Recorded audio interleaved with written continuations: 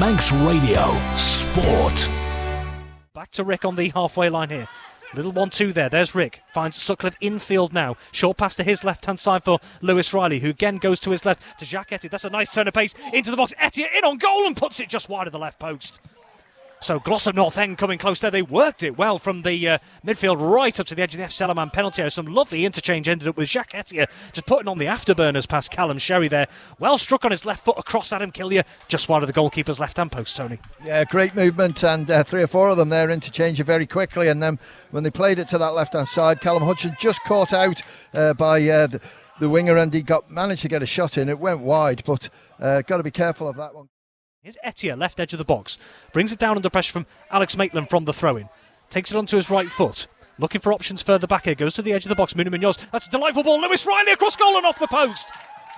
So close for Glossop North End. The woodwork is rattled. The closest either side have come so far. Adam Killier collects afterwards here, but Glossop North End coming almighty close to Etier, back to Mooney Munoz, who just clipped it into the near post. Lewis Riley got a touch in front of the goalkeeper, unmarked. Adam Killier was rooted to the spot, and it comes off the inside of Killier's left-hand post. FC Alaman now on the attack on the right-hand side with Luke Booth. Cuts inside on his left foot, whipped into the box. Can anyone get a touch? Adam Anabai is there and forced it home. The flag has gone up for offside, so it won't count. So FC Alaman have the ball in the back of the net moments after Glossop North End hit the woodwork there. The offside flag went up pretty quickly from the assistant on the far side. All the way into the FC Alaman half. Chested down by Lewis Riley into Mooney Munoz. Short pass back to Purfield. He's going to switch that from left to right. Out to Ethan Sutcliffe. Up against Sam Corkle. That's an interesting battle so far down that side. And indeed on the other wing as well between Etier and Hudson. Here is Parker cutting infield to the edge of the box, moving forward from the back. Back into the feet of Parker, who brings that down beautifully and into the bottom corner. Brilliantly worked by Glossop North End and finished off by the captain. FC Alaman 0, Glossop North End 1. It was Oliver Parker making his way forward from the right back position. Marauded into the centre towards the edge of the penalty. A little 1-2 with Lewis Riley, who knocked it over the top of the defence. And Oliver Parker, well, he may be playing as a fullback, but he took that like a seasoned striker. Chested it down, goalkeeper to beat, slotted into Killier's bottom right-hand corner. Smart finish there, Tony, the visitors lead. Really smart finish because he read it really well, didn't he? He played it right over the top and put it past him. So delighted and quite good feet on him there for a fullback. But it was all made from him, really, because he played a really good ball, went for the second one and finished it off. And Adam Killier stood no chance to do. Into the path of Conal Gallagher, looped into the penalty area, headed away by Hudson of FC Alaman as far as Danny Gerrard. He can't bring it down. Conal Gallagher is there to get a foot in. That deflects to Luke Booth, who clears for FC Alaman. Off the head, I should say, of Jack Hopkins, who knocked it down straight to the path of Charlie Higgins of FC Alaman, who brings it away on his left foot. Higgins still going here. Charlie Higgins rattles it home. Instant response from FC Alaman. FC Alaman 1, Glossop North End 1. FC Alaman's persistence pays off. Jack Hopkins didn't get the header right on his clearance, and Charlie Higgins brought it down. A little bit of fortune as it bobbled off his feet, but it took him past 3 Glossop North End players, shifted it onto his left foot, edge of the box, and he rifled it low to Harry Allen's right and into the bottom corner. So it's only taken a matter of moments. FC Alaman back on level terms. And actually, I'm going to do some quick maths here. 35, so it's actually 309 minutes between that goal and FC Alaman's previous goal there, Tony. So there you go, some quick mental maths for you. So in over 300 minutes, FC Alaman have now found the back of the net. Well done, Stato, and well done to Charlie Higgins, because he just kept going, didn't he? And I just thought when the ball bobbled, he'd lost it, but it fell nice in front of him, and then he finished it off really well. So Lee Rick over this one, right-footed out swinger. There's just one on the wall for FC Alaman, Dean Pennington. This is around 35 yards out, but quite far out towards this right-hand flank here. Here is Lee Rick. Whips that into the 6-yard box. It's headed up into the air by Riley to the back post. Goalkeeper's in no man's land. Collister off the line. Rifled towards goal by Conal Gallagher and looped over the top of the crossbar.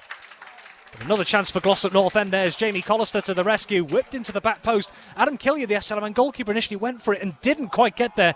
It was headed back across by a Glossop North End player. Jack Hopkins, I believe it was.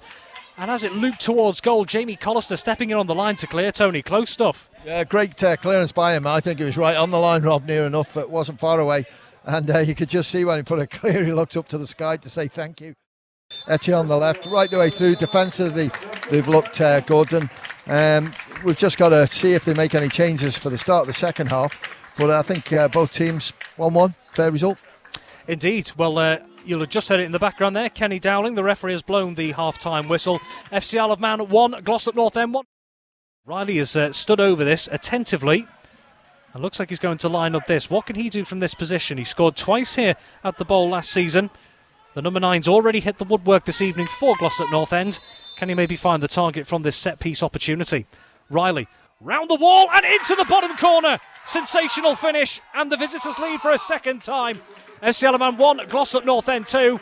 Lewis Riley setting up on the free kick. He's bent it round the FC Alaman wall. Adam Killier getting down to his left. Didn't have a chance to stop it. It was past him in a flash into the keeper's bottom corner. Well placed, Lewis Riley, his third goal in 2 games at the Bowl. The visitors lead again, Tony, 2-1. Yeah, great strike, and the way it was rounded was absolutely superb, because Adam Killier was right in the middle of it, and then suddenly he's galloping across that left-hand side to try and block it, but it curled back in. The pace caught him out, and good goal, great free kick. Clear by Sam Corkill of FC Alaman to the halfway line. Just cannot string passes together at the moment, can the hosts, with time ebbing away for them. Corkill, heavy touch, Etienne intercepts it into the centre of the park. Lee Rick, that's a nice transfer of play to Bardsley on the left edge of the penalty area. He's got a bit of space onto his left foot, rifles it across goal and into the bottom corner, and surely that's 3 points heading over back across the water. It's FC Alaman 1, Glossop North End 3. Aaron Bardsley, the substitute, is a lovely switch of play from Lee Rick out on the right-hand side, but Bardsley still had so much work to do on the left edge of the box. He checked past his marker, and with the angle against him, left-footed, just arrowed it across the goalkeeper and into the bottom corner. It is a smart finish and a great impact from Aaron Bardsley there, and with just a couple of minutes of normal time remaining, nothing is said and done quite yet. But with that third goal, that might just see Glossop North End looking at their first 3 points of the season, Tony. Yeah, good finish, and he's only been on the park a couple of minutes, and he just looked where Adam was and hit it really well. His touch was good, and then when he sort of hit it, it went so wide on that left-hand side, Adam couldn't get anywhere near it. Well, my reckonings here into the final minute of the minimum 5 additional time added. There may just be the odd second or 2 more added on top of that at this rate. There is the free kick cleared by Sam Corkill of FC Alaman out to the left-hand side. Here's Ben Wasser just trying to turn up the pace a little bit. He's forced back on himself just a little bit. Wants to transfer that from left to right. That's a good searching ball to Steve Whitley on the right edge of the box here. Whitley turning inside on his left foot here. Floats that into the 6-yard area. It's headed to the back post. Luke Booth is there from close range and heads home. It may only be a consolation, but FC Alaman have a second on the board. FC Alaman 2, Glossop North End 3. It was a teasing ball from Steve Whitley on the left-hand side. Cut back on his favoured left foot eventually. Clipped it to the back post. It did seem to nick off the head of a Glossop North End defender to Luke Booth at the back post, who was ghosting in unmarked, and from point blank just nodded it into the back of the net. It may not count for anything now, Tony, but maybe something for the home fans to cheer about. Great little ball by Steve Whitley. A little sort of soft cross, wasn't it? And Luke Booth was on the far side and put it past the keeper. And as you rightly say, 3-2 reads a little bit better. And that is out for a Glossop North End throw-in. There will be no time for that throw-in, because that is the final whistle. Full time in the NWCFL Premier Division to finish FC Alaman 2, Glossop North End 3. A first victory of the season for the visitors, Richard Brody's team. For FC Alaman, it's 3 opening games without a victory. Manx Radio Sport.